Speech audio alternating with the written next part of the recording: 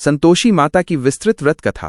प्राचीन काल की बात है। एक नगर में एक वृद्धा अपने 7 पुत्रों के साथ रहती थी। वह अत्यंत धार्मिक और कर्मठ स्त्री थी। उसके सभी पुत्र अलग अलग कामों में लगे हुए थे और अच्छी कमाई कर रहे थे। वे सब सुखी थे, परंतु उसका सबसे छोटा बेटा अत्यंत भोला और सीधा सादा था। वह अपनी माँ से बहुत प्रेम करता था और दिन भर मेहनत करके जो कुछ भी कमाता उसे माँ के हाथ में रख देता। लेकिन उसकी भाभियां उससे द्वेष करती थीं। जब भी वो घर लौटता तो खाने के लिए या तो बासी भोजन मिलता या कुछ नहीं मिलता। उसकी माँ भी बहुओं के बहकावे में आकर उसे कभी डांटती तो कभी अनदेखा करती। एक दिन अत्यधिक अपमान और उपेक्षा से दुखी होकर वो घर छोड़कर दूर एक गांव चला गया। वहां एक वृद्ध सज्जन उसे मिले। उन्होंने उसका दुख सुना और उसे अपने घर ले गए। उस वृद्ध की एक कन्या थी जो बहुत सुंदर, गुणवान और सेवा भाव वाली थी। कुछ ही समय में उस युवक से उसकी शादी कर दी गई। अब दोनों पति पत्नी एक छोटी सी कुटिया में रहने लगे। युवक जंगल से लकड़ियां काट कर लाता और उन्हें बेचकर जो कमाई होती उसी से जीवन यापन करता।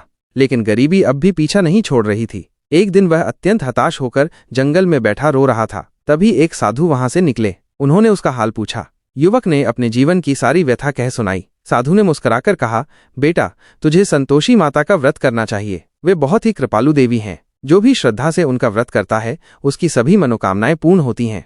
युवक ने विनम्रता से पूछा, महाराज, कृपया मुझे इस व्रत की विधि बताइए। साधु बोले, यह व्रत 21 शुक्रवार तक करना होता है। हर शुक्रवार को सुबह स्नान करके माता संतोषी की पूजा करनी होती है। उन्हें गुड़ और भुने चने का भोग लगाना होता है। व्रती को स्वयं भी उस दिन खट्टा नहीं खाना चाहिए और न ही किसी को देना चाहिए। कथा सुननी चाहिए और पूजा के बाद लोगों में गुड़ चना बांटना चाहिए। युवक ने श्रद्धा से साधु को प्रणाम किया और उसी दिन से माता का व्रत शुरू किया। उसकी पत्नी भी पूर्ण भक्ति और विश्वास से व्रत में सहयोग करने लगी। समय बीतता गया। धीरे धीरे उनकी हालत बदलने लगी। लकड़ी का व्यापार अच्छा चलने लगा। पति पत्नी अब पहले से बेहतर जीवन जीने लगे। कुछ महीनों में युवक के भाग्य ने करवट ली। वो गांव के ठाकुर के पास नौकरी करने लगा। ठाकुर उससे बहुत प्रसन्न था और उसे अपने व्यापार में शामिल कर लिया। अब वे दोनों काफी संपन्न हो गए थे। उन्होंने एक सुंदर मकान बनवाया और सभी सुविधाओं से युक्त जीवन जीने लगे। युवक ने एक दिन अपनी पत्नी से कहा, अब मेरे पास इतना धन है कि मैं अपने माता पिता और भाइयों से मिलने जा सकता हूँ। मैं उन्हें अपने सुख दुख बताऊंगा और उन्हें यहाँ बुलाकर अपने साथ रखूंगा। पत्नी ने सहमति दी। जब वो अपने पुराने घर पहुंचा तो माँ और भाइयों ने उसे देखकर बहुत प्रसन्नता व्यक्त की, परंतु उसकी भाभियां अब भी द्वेष रखती थीं। उन्होंने उसके समृद्धि को देखकर जलन महसूस की। वो अपनी माँ को अपने साथ गांव ले आया। माँ को वहां के ऐश्वर्य को देखकर बहुत प्रसन्नता हुई। जब वो वापस लौटी तो उसकी बहुओं ने उससे पूछा कि वहां उसे क्या क्या मिला। माँ ने सब विस्तार से बताया। इस पर भाभियां जल उठीं और योजना बनाई कि युवक की पत्नी को कैसे नीचा दिखाया जाए।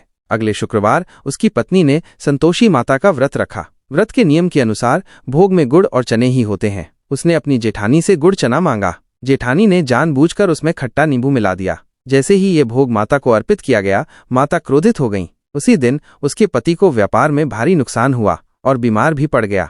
पत्नी को जब यह सब पता चला तो वो अत्यंत दुखी हुई। उसे समझ में आ गया कि भोग में खट्टा मिला दिया गया था। उसने रोते हुए माता से क्षमा मांगी और संकल्प लिया कि वो सच्चे मन से फिर से व्रत करेगी, बिना किसी भूल के।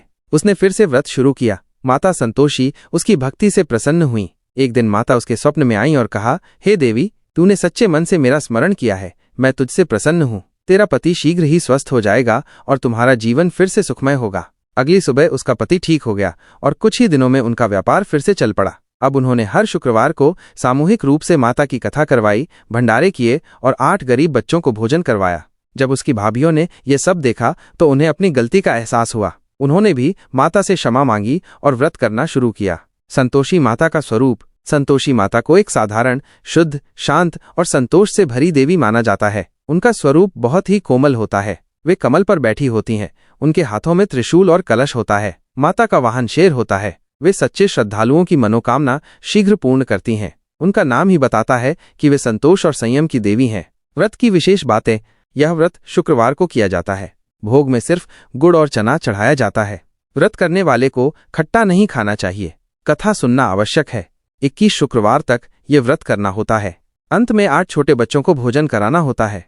कथा का संदेश। संतोषी माता की ये कथा हमें ये सिखाती है कि जीवन में धैर्य, श्रद्धा, संयम और संतोष होना कितना आवश्यक है। जब हम सच्चे मन से श्रद्धा करते हैं और धर्म के मार्ग पर चलते हैं तो चाहे परिस्थितियां कितनी भी कठिन क्यों न हो, ईश्वर या देवी देवता अवश्य सहायता करते हैं। ये कथा ये भी सिखाती है कि दूसरों को दुख देने का फल अंततः स्वयं को ही भुगतना पड़ता है।